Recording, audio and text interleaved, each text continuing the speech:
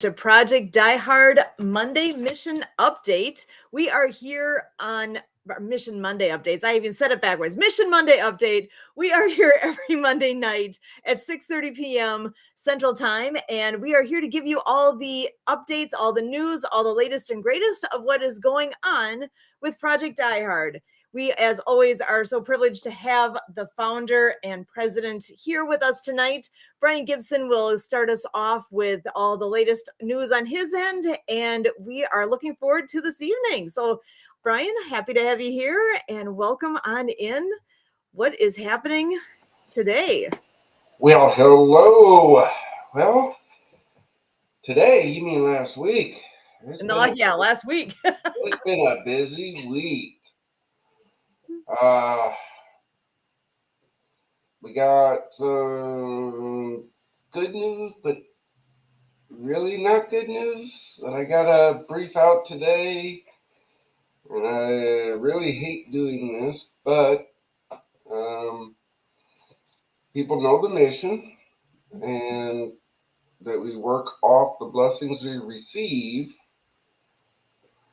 And with the leadership team and advice of the whole team, we've had to make a decision. So I'm going to share a screen and we're going to talk about this.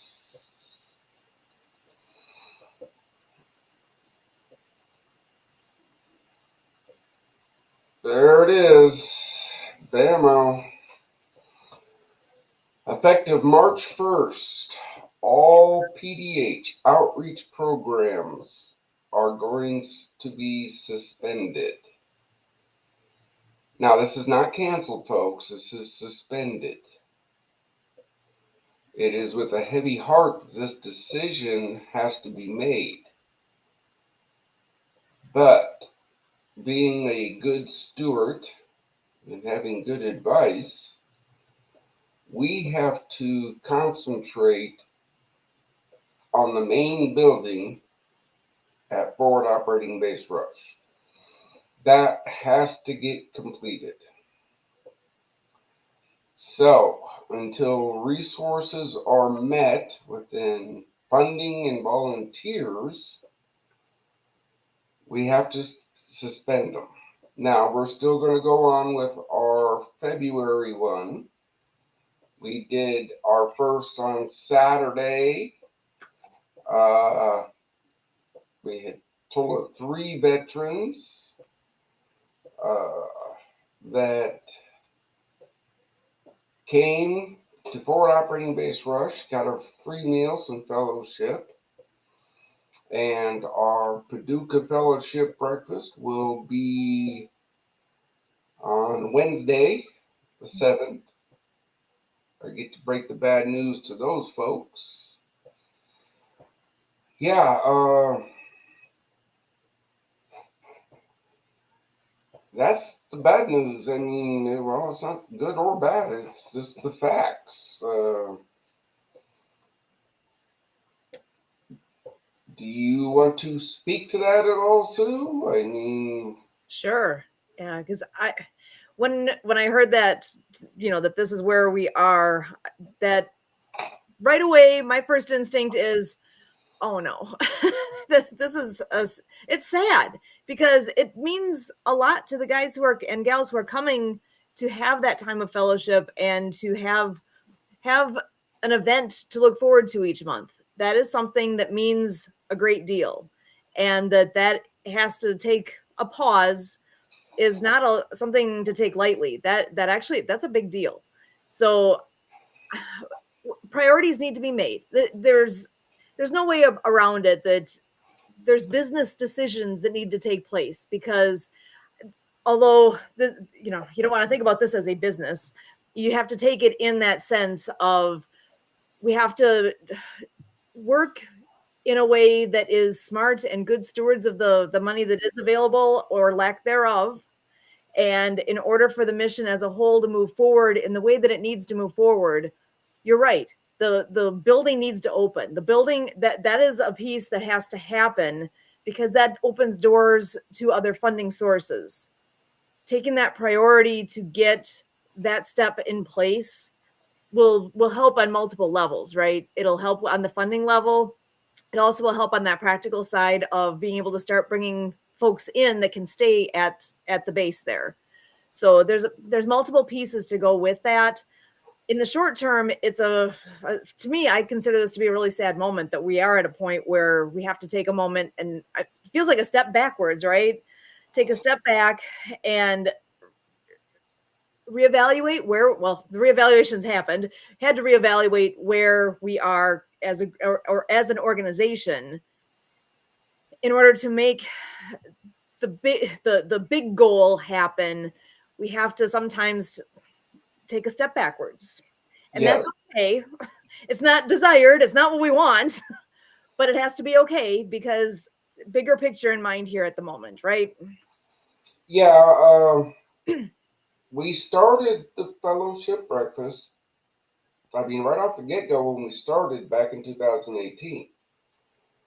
Uh, to me, this is like deja vu because come 2020, we had to close it down due to other reasons. And we made it back in, and then January 2023, we kicked it back off. And it's growing, it's growing. When we did the numbers, and this is what really broke my heart. January 2023 to January 2024, 483 veterans got fellowship and a free meal. That is a massive number. I bet most people listening to this would not know that many veterans were impacted and benefited by this. A simple breakfast. A simple breakfast. That's Yeah, fantastic. yeah. I mean, on average, 30, 32 a month would show up, and we have our regulars, and new ones come in, and the VA rep is there. Some other reps are there. This is, a very small snippet of the overall mission to bring hope to veterans. Uh, yeah, I don't know. Oh, looks like Tim's hopping in. Well, are you ready, Tim? Give a thumbs up if you're ready to come in. He's still walking around. It's all good. Yeah, he may have to get to where he's got better reception or that he can hear us well. So yeah, Tim, give us a thumbs up when you're ready to go on the screen there. Yeah. So, but yeah, Yeah. this whole sorry, go ahead. All right. It's that. It's the little things we do to help my brothers and sisters, the veterans. I mean, people just don't understand what it takes to do this. Okay. Uh, I'm going to bring that back up again because this is something.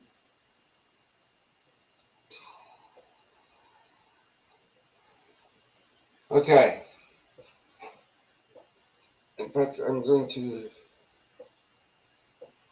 No, what do I want to do? I want to do that one. Okay. That one's even better. Okay.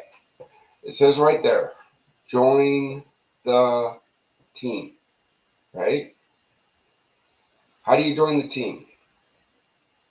Start out, volunteer at projectdiehard.org. That's one way you can help, right? Step up. Whether you're here in Western Kentucky, Southern Illinois, or anywhere in the nation, your help is needed because it's needed. But if you know of somebody in our location that need something to do one day a month, have them reach out. That helps the team overall cover events, because I do my best to be at every event Project Die Hard holds, but I'm only one dude.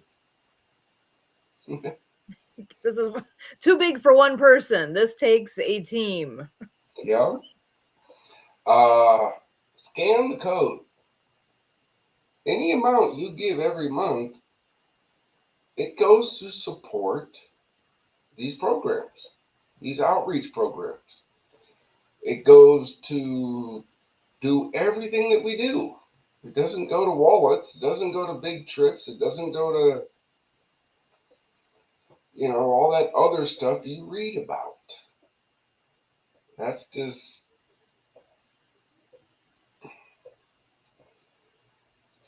yeah.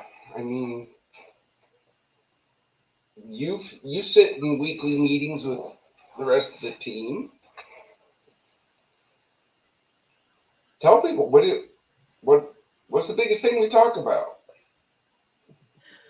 We need people. We need the resources. We need the help to make this mission reach its goals. And what is that? We're talking about helping veterans.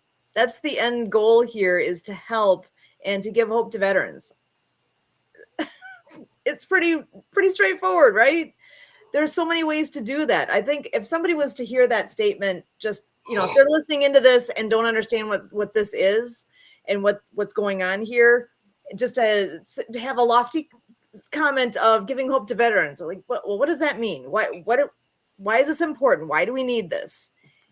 It's important because of so many reasons, but one of the main ones is the horrible problem that does exist, that suicide is such a big factor in the veteran population, and the resources are needed for our vets to be able to do what they need to do in life.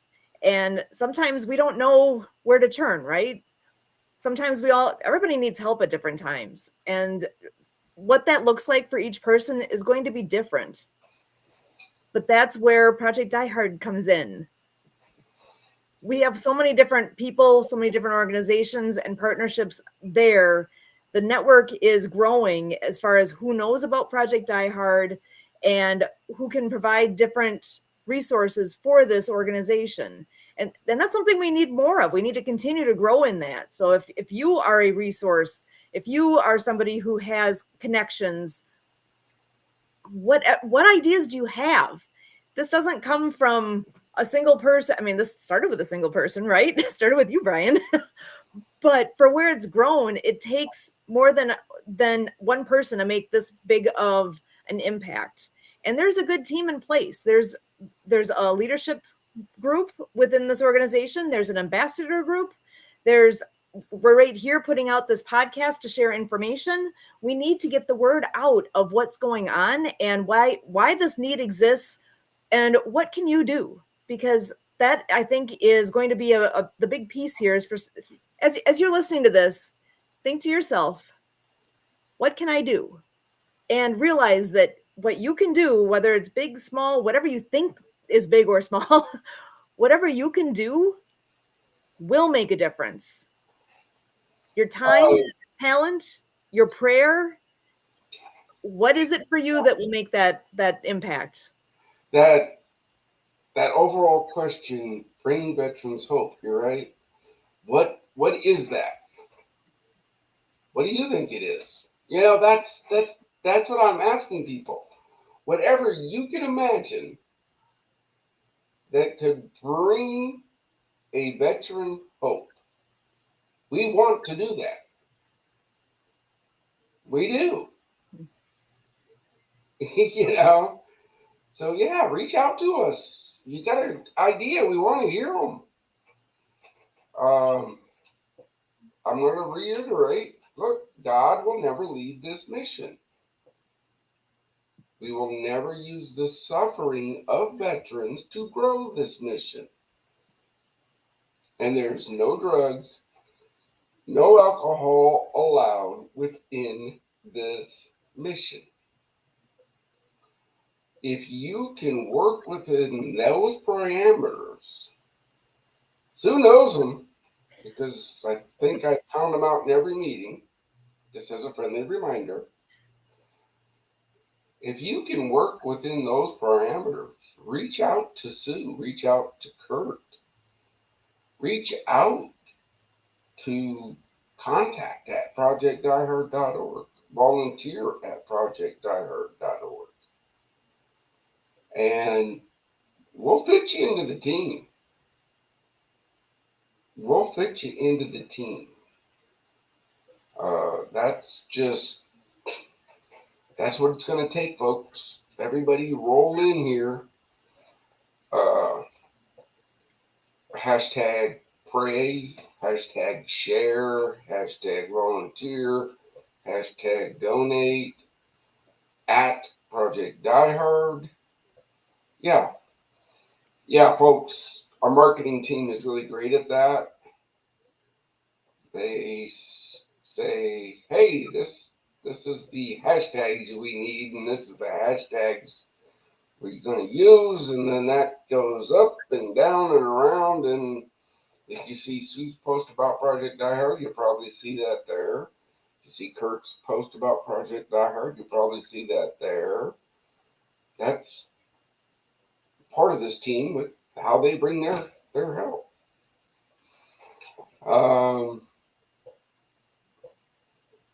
Yeah, I mean, yeah, that's how people help.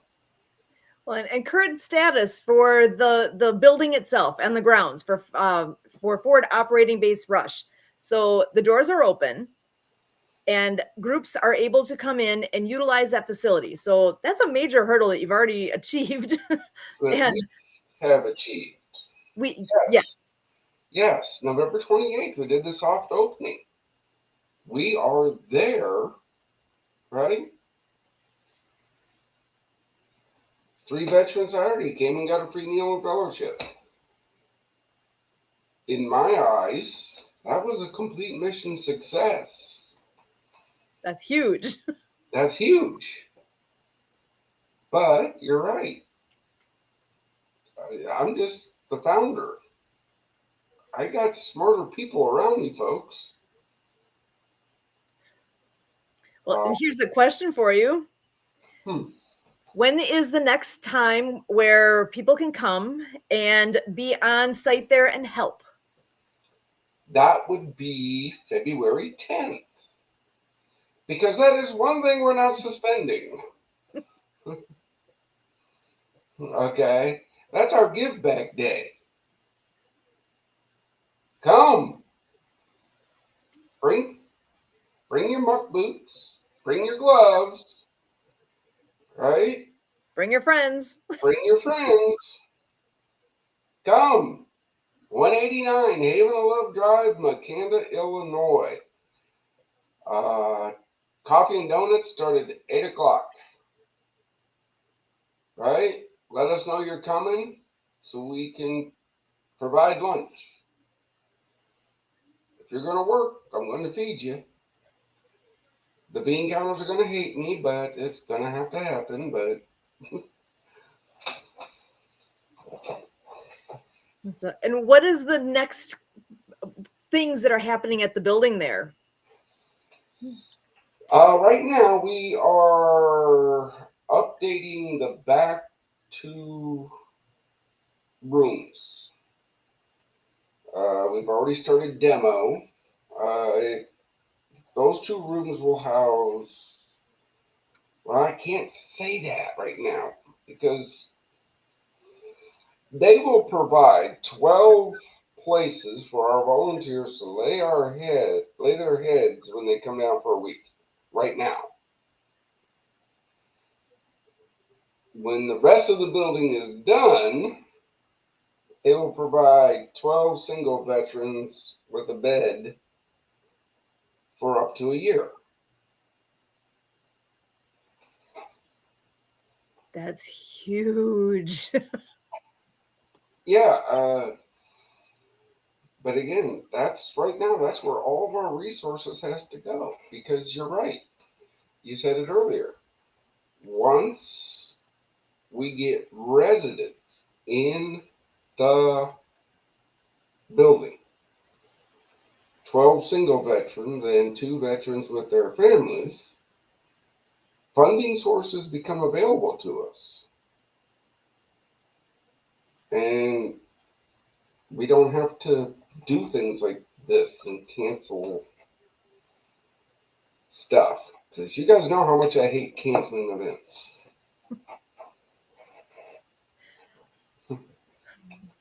That's not the fun part. We want it to be the fun part. We like to have all these good things continuing because because that's what makes a difference here. Yeah, look, folks, look. You can ask my team. When they say, hell, it's going to rain, do I say we're going to cancel because of rain? No. It's going to be a blizzard. And it's going to be 120 degrees. And when we hold an event, that event goes off.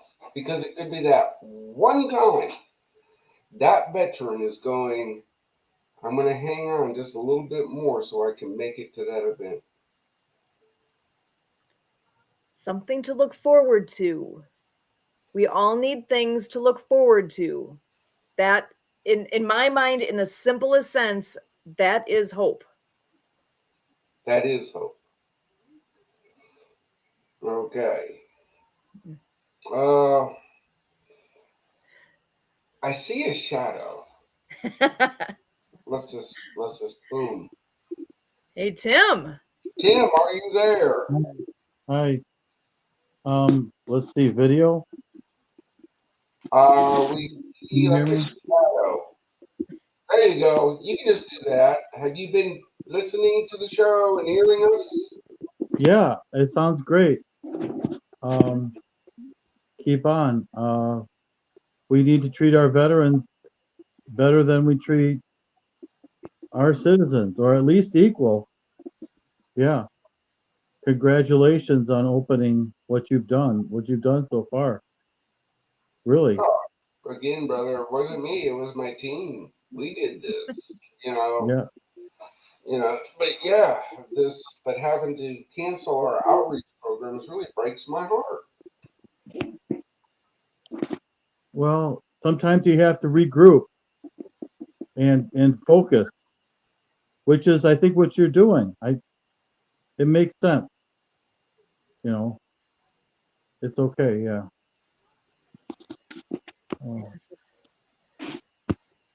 Tim, do you want to introduce yourself a little here? Share who are you and how do we know you? Because we've known you for a long time. Well, it seems like it. It's been like 3 years or 5 years going on, who knows.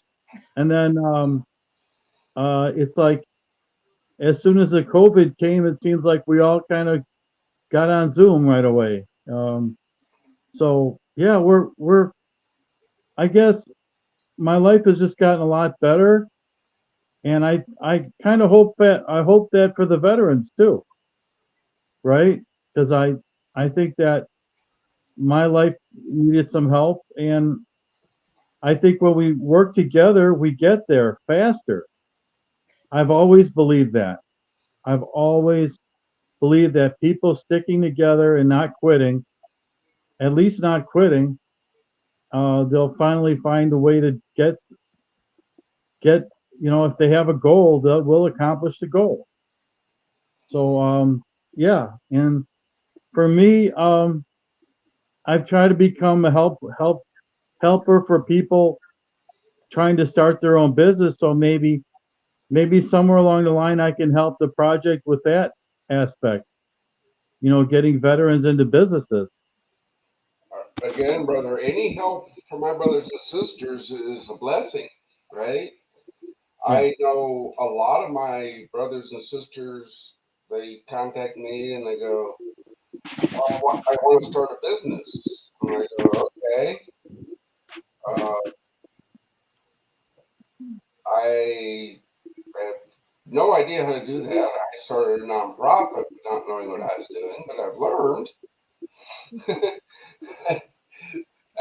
But yeah, I mean, that again, folks, this is Tim stepping up to the mission. He's bringing hope to veterans.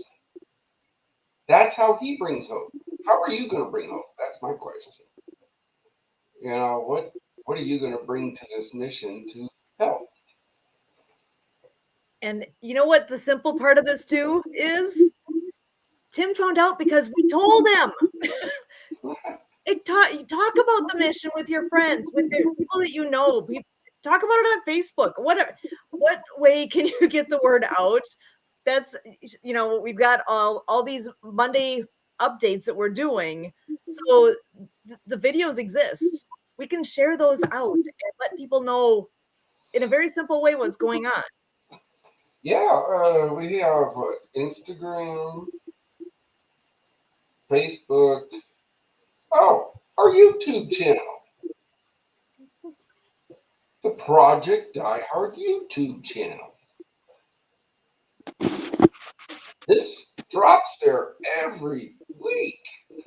So you can go back and look at all the past weeks that we have done. And you can watch the ebbs and flow of the mission. And if you subscribe to that, you'll get notified when a new episode is coming out. So you don't even have to remember, like, oh yeah, it's Monday. Subscribe and that need an alert. So you'd be like, oh, they're on. Let's listen in. Okay. How about this? How about this? Marketing and social media people from the teams, right? They told me this little thing, and I think it's true. If we get 1,000 subscribers, Mm-hmm. 1,000 subscribers, YouTube will pay us. Yeah, I think your mile markers are, you got it, 1,000 subscribers and 4,000 hours of playtime. So you can actually see how much of your videos have been watched. You can see they track it to the second, how many listening hours there has been, or whatever the term is. I don't remember exactly how they call it, but that's what we need. We need to share this out because automatically, just by doing something as simple as that, listening to these shows and getting more subscribers that way, that will funnel money back to the mission. Oh my gosh, how easy is that? And you're already on YouTube anyway. I know you are. You're on there anyway. It is the easiest way you could help this out. There's a button on there that says subscribe. Click it. It's a simple thing. I'm kind of making light here, but no, really that does make a difference. Okay, so that was the bad news. Okay, I think we beat it up, folks. We need some help. So, but now you know I like to bring up issues within the community of my brothers and sisters, right? Well, this is something that has weighed on my heart because I hear stories of this all the time. And I am going to, I love sharing screens.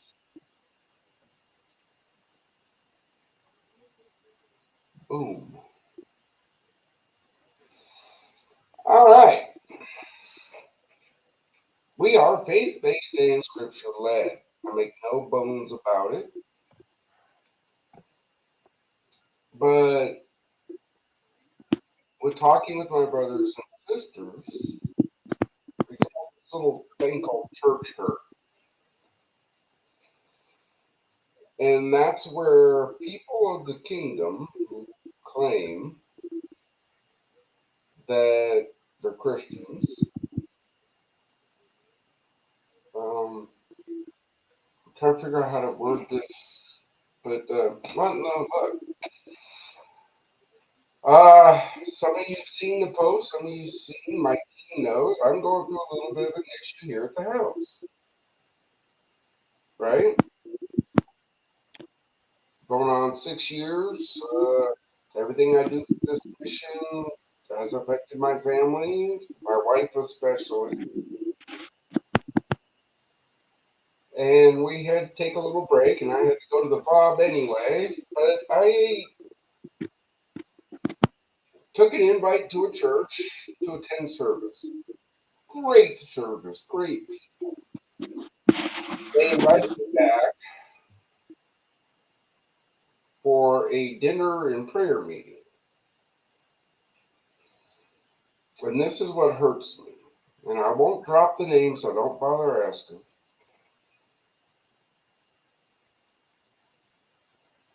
We love your mission. We believe it's just. We believe it's true. But when your marriage is fixed, we will think about helping you. What is wrong with that? A lot. So, I'm not going to sit here and beat it up, but I already got 2. I'm putting a call out to all of leaders of missionary work,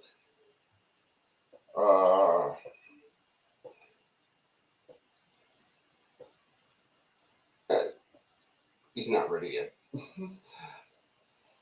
I'm putting it out to the leaders of the church. My voice at ProjectDieHard.org. I'm putting a panel together in something like this format to answer this question. What can be done to stop veterans being church hurt?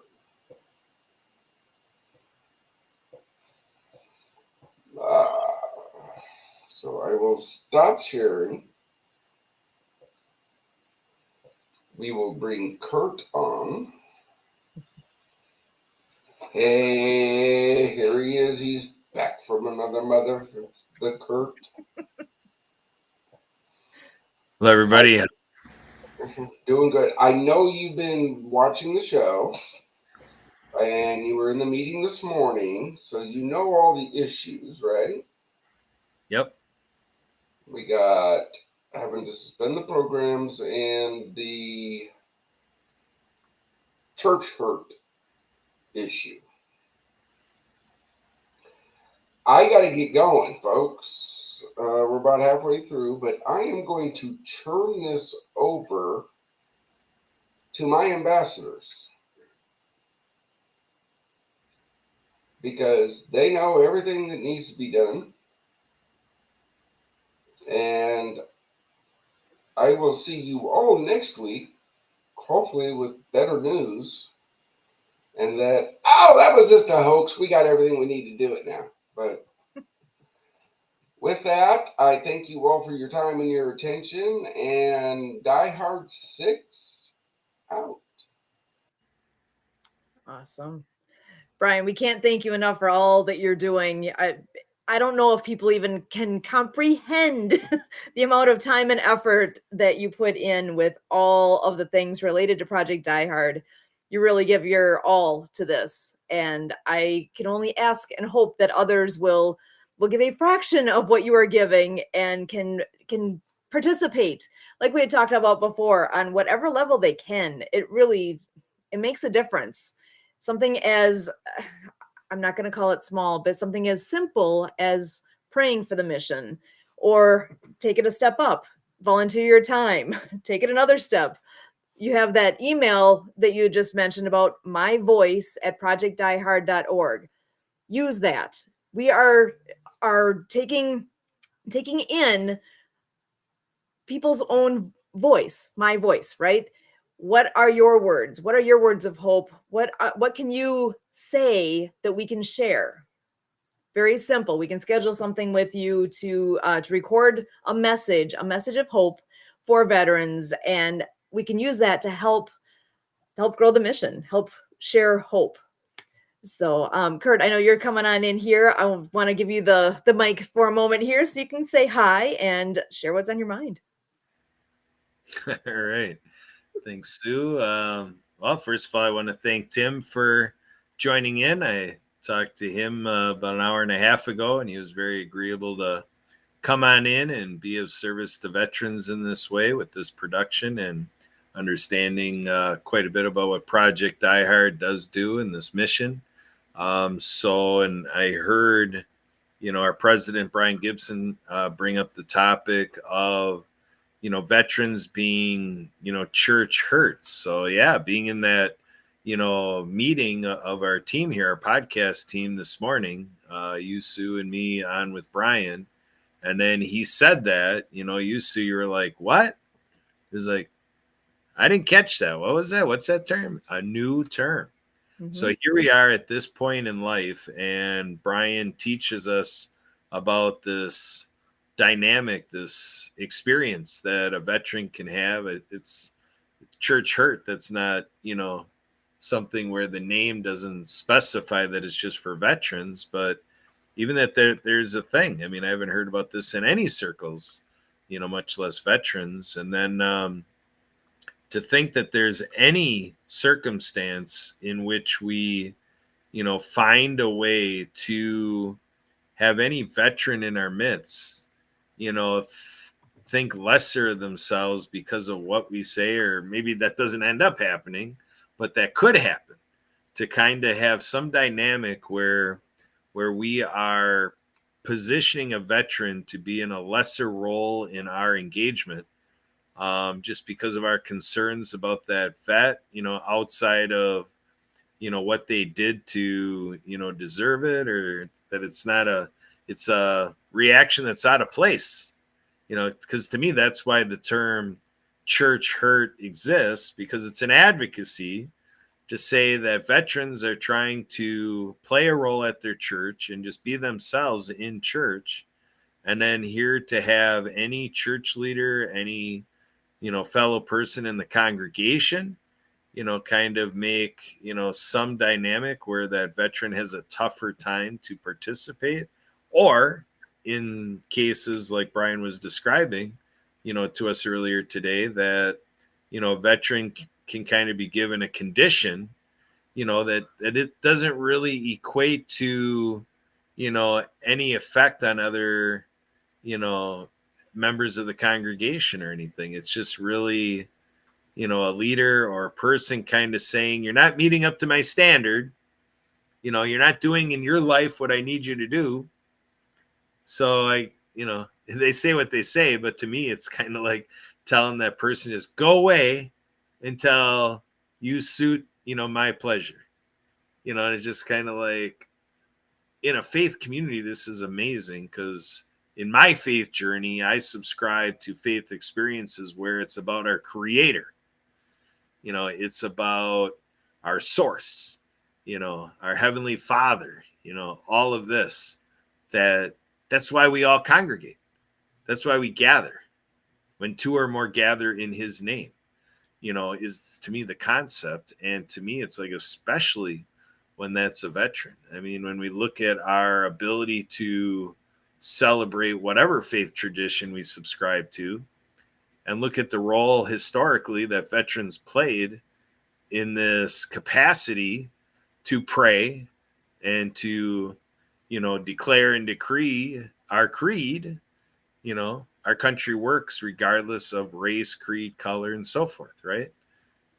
So now to have it be that it's almost like we needed to write in the Constitution, to kind of, put that veterans have an equal place in our country.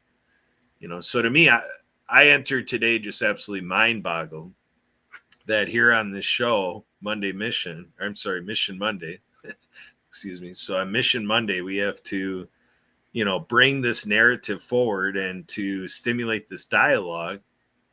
What do Americans think? What do people around the world think about servicemen and women and this place in faith space? So where do you want to go from here, Sue? Well, actually, I'm wondering if Tim has any thoughts to share with regard to that, because is this something that you've heard of? Are you familiar with this? What are your thoughts? Well, I don't know. Can you hear me? Yes. Okay, good. That's a good start.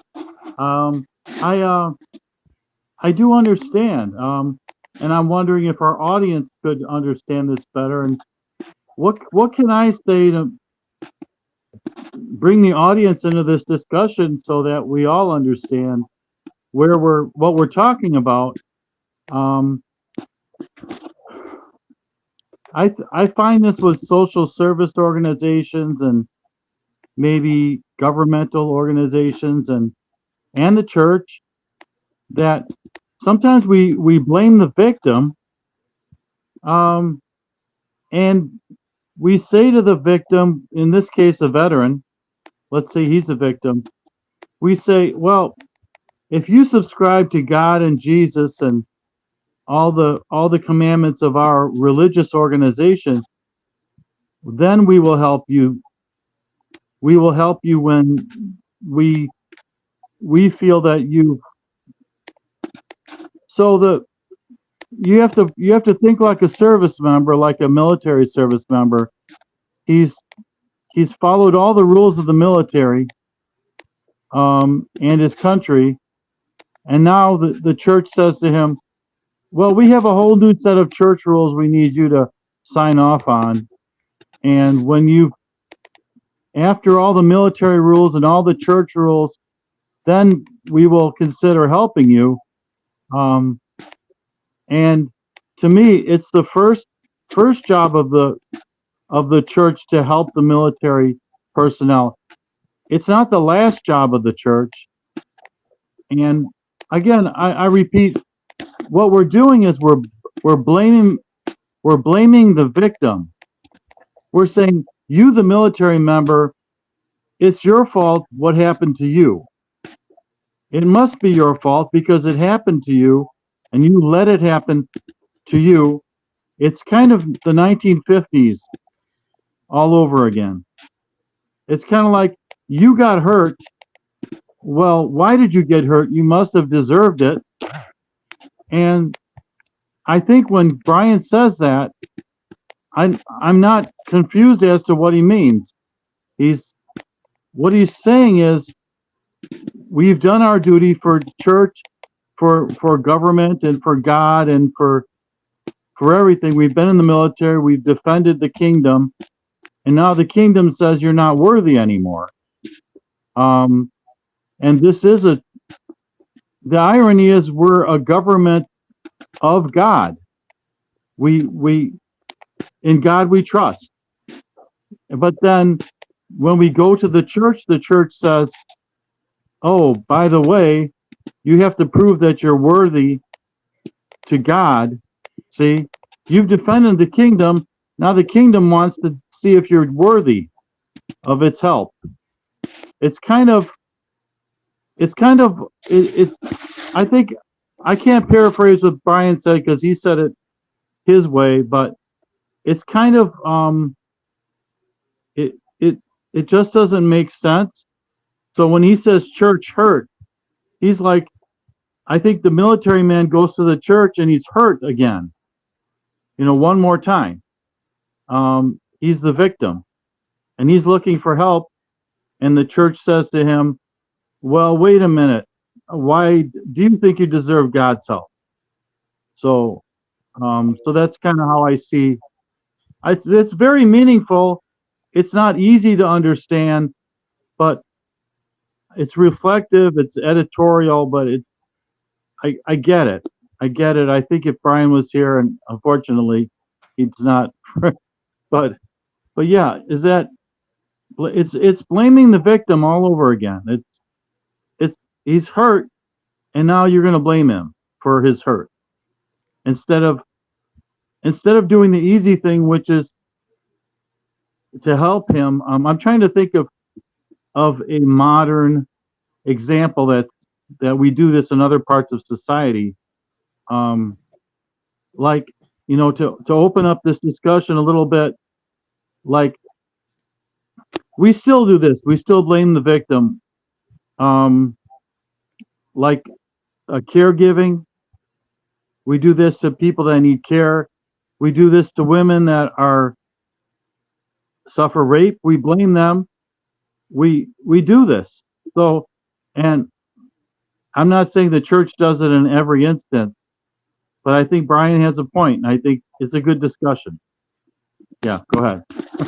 Yeah, and I agree. It is a good discussion because when you go looking for help somewhere, wherever that may be. In this case, there was a relevant recent example where it happened to be with the church. I think people struggle. I mean, I often think it has to do with comfortability. If somebody comes to you, even if it's a friend that's coming and they bring something to you that you're just not prepared for, you're not sure what to do with.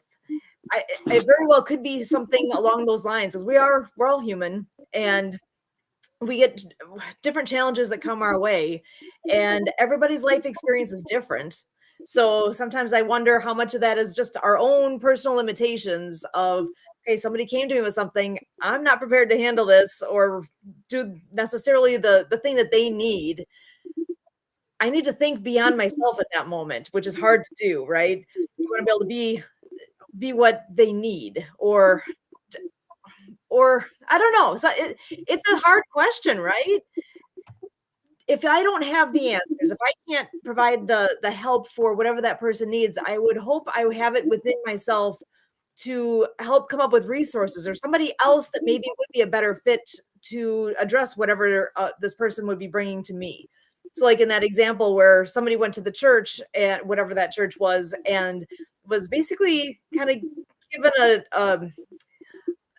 a bit of a wall, I guess, because when you're coming with one thing and then you get a reply back of, well, I'll help you there with this after you do this. Well, you just kind of made that conditional now. I didn't know help was conditional. Help is help. If you're coming forward and saying, I need help, that alone needs to be respected. And perhaps, again, the person that made that conditional, they've got their own limitations in life, and perhaps was doing the best they could and was just not prepared to be able to help in the way that the person needed or was hoping for, right? So we all have to help each other out. I know you had commented, Tim, earlier about how teamwork makes things so much better, and the number of times that Brian has said that as well. Teamwork makes the dream work.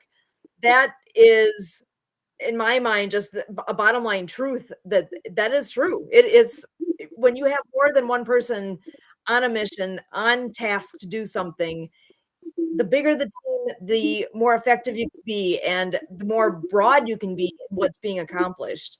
So, Kurt, I want to just see what thoughts you have here to add to this. Yeah, so I've said before on this show, that to me, these conversations really get down to our culture, our customs, our genetic memories, and it's just this force that is just carried forward that is not favorable in the way that it ought to be for our entire veteran community. And so it's something that gets talked at and around, and then a nonprofit like this has quite an insurmountable task to bring its following through this issue to kind of act in this need of a viral catch to this. This needs to spread like the coronavirus did in 2020. This needs to catch on and make its way into every household across the land and around the world. And we just really need to get this communal conversation going to really enter into the space of ethics. I'd like to call out to all professors that, teach ethics, or in high schools or wherever ethics is taught, in professional circles. Anybody touching this concept of ethics, or anybody that could touch it, with what they do, because to me, this is kind of where we've gotten to, is that the decades of past have proven that kind of just going on and being soft-hearted and good-natured and trying to be a do-gooder and trying to volunteer and serve. And for all of our donors out there, we're collecting all of this goodness.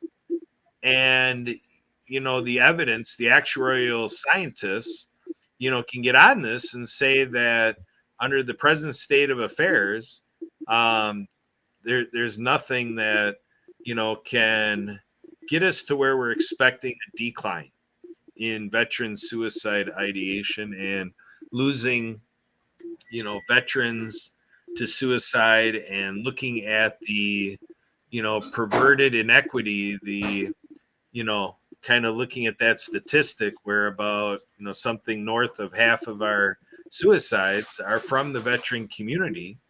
And yet the veteran, portion of the population is, I believe, like single digit percentages. I forget if it's like 8 or 9%, or if it's even that, it might be 6%. I have to revisit the statistic, but, we need to speak to that because, it's upside down in terms of what's happening to the vets. And I talked to Brian earlier that, we're not going to cover it on the show, but I like how we're addressing, the faith community. And then in terms of finances, the work of this nonprofit, and in all the time that Brian and the team has worked on this mission, it's very tough to also get an upward, response to this mission, financially. So to me, that there's something about, doing this show and other communications, things in news or what the VA is doing or so forth. There's just something that is stifling the potential. Like in the USA, hundreds of millions of people, kind of what do we need to do to kind of reboot this country, and for other nations around the world to think of this too and join this in a global effort to just really bring it to ethical consideration that we need to give veterans our priority. Because let's face it, the instigator is war. Like, we have a conflict going on the other side of the world, but it's affecting all of us around the planet. And so there's definitely soldiers that are at risk, and, things that they're going through that they should never have to go through because of our state as humankind. So to me, a fundamental rule of the world needs to be that those that we're putting out in front of what we don't want to deal with, I've said that before too, I never subscribed or had any energy to enter the military direction because I'm one of the world's biggest scaredy cats. I'm afraid of the dark, afraid of heights, I'm claustrophobic. I'm just not a good candidate, for serving our country in this way. So it's like, for those that actually do put themselves out there, put their lives on the line, disrupting their family situation, that a family could lose a family member because of our inability to keep peace on earth and, extinguishing conflict, in our world, we got to give it up, to our servicemen and women. Like, we should, paramount to worship the ground they walk on type of thing, for doing what we never did, probably never thought to do.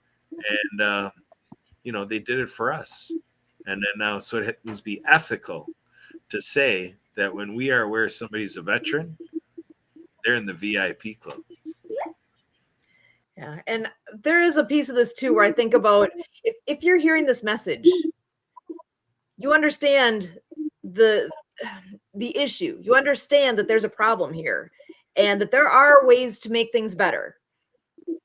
But now that you understand there's an issue, now that you know that, you can't unknow that. You can't ignore, well, you can ignore what we're talking about, but I would sure hope that this hits home in some way, some fashion, in a way that inspires you, whoever you are listening to this, inspires you to actually, again, to do something. I think about, there's a song I hear on K-Love every so often about do something. It's a Matthew West song. If you haven't heard it before, go look it up. Go to YouTube, go find it, listen to it. And the message in that song is all about, Lord, basically speaking to God, saying, there's all these problems. There's all this bad stuff going on all around me, all around the world. There's all these things.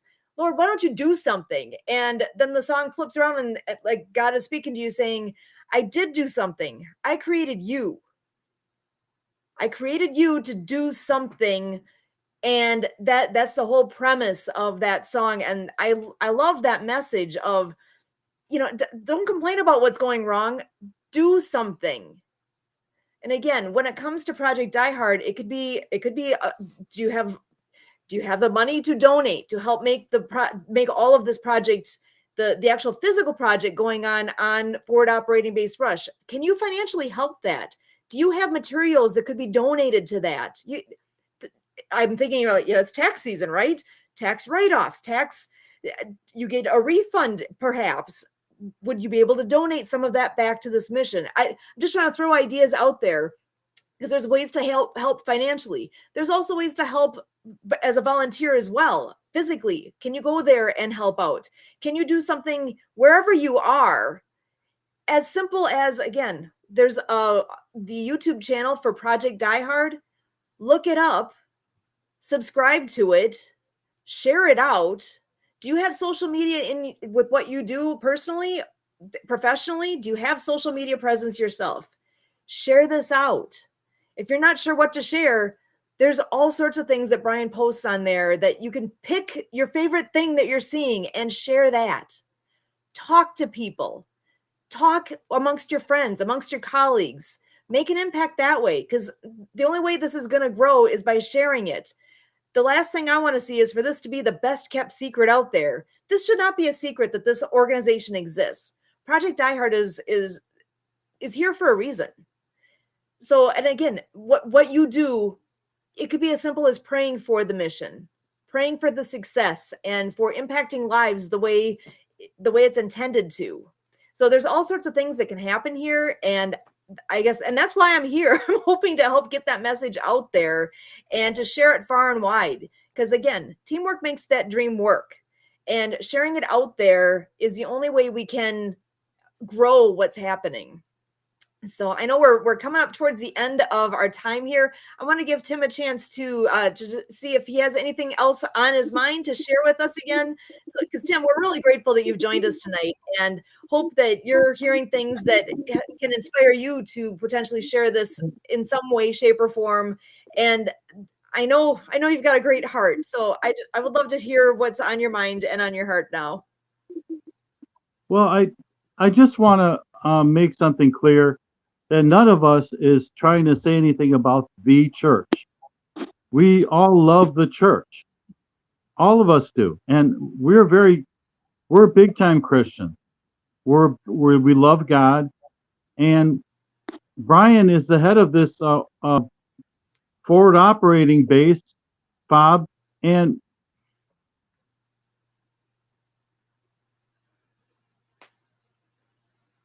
the message he's giving is, and the church will say, you should go to the veterans organizations. We can't help you here in this church. If I haven't made that clear, I'd like to make that clear. Sometimes the veterans organizations are the organizations that have to do the heavy lifting.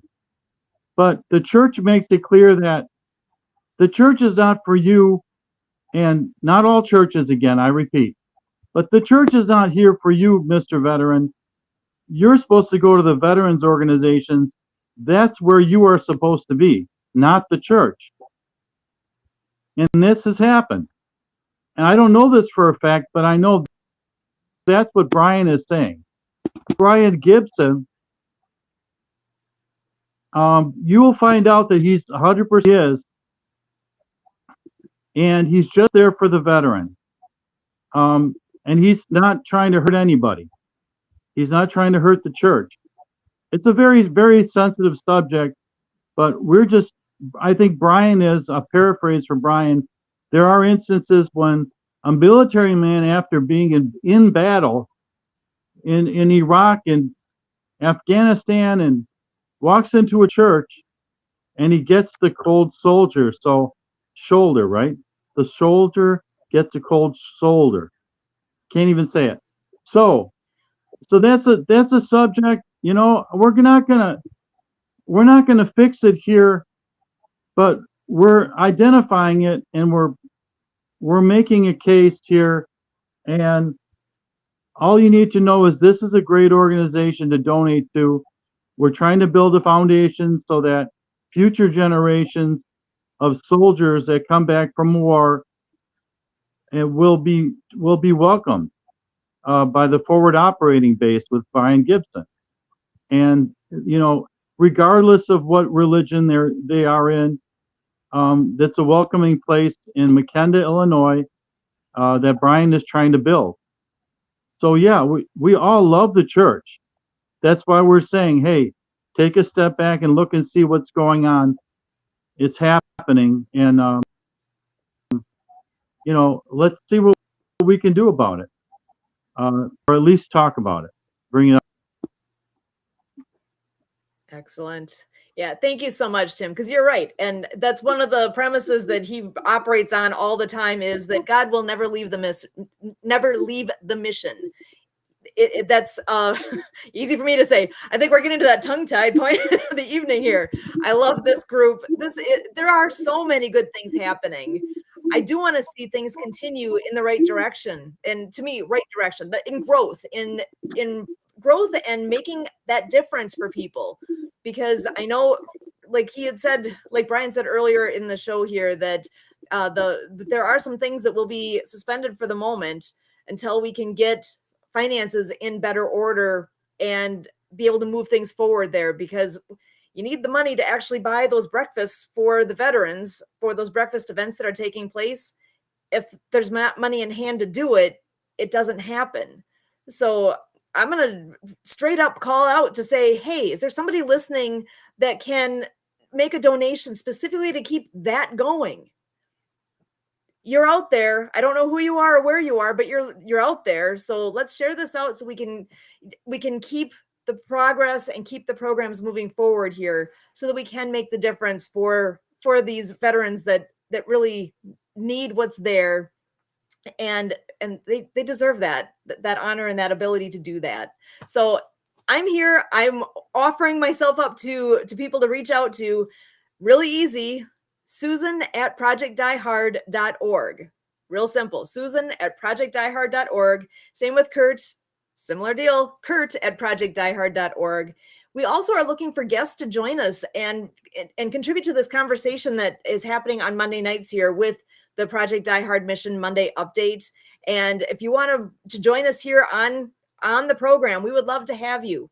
Email us directly or email monday@projectdiehard.org. And anything going to that account is specifically for this and for this purpose. And we will get back with you and get you in here so that you can join the conversation and share of yourself as well. So Kurt, last chance here for you. Any last thoughts to share before we close up for the night? Yeah, I just want to thank all of our viewers that have been hearing us out, and just want to encourage everybody that, you know, whatever our narrative, our conversation provides for you, please do, you know, think about, you know, getting into a conversation with others in your life and kind of take this on as a ripple effect, domino effect, whatever you want to call it, that this keeps going out and around from you speaking to it in your own way. And thank you for what everybody out there does do, including watching and listening to the show. Excellent. So I challenge everybody to go out and make a difference. Figure something out in the next 7 days, though, when you're coming back and hearing us again here next week, same time, same place here on the Mission Monday update, that you can think back on this past week and know that something you did made a difference. So that's my challenge. I'm going to leave it at that. Thank you so much for joining us here. Again, Project Die Hard Mission Monday update. We are here every Monday night at 6:30 p.m. Central. We'll see you next week. Thank you so much for being here. Thank you, Tim, for joining us. And as always,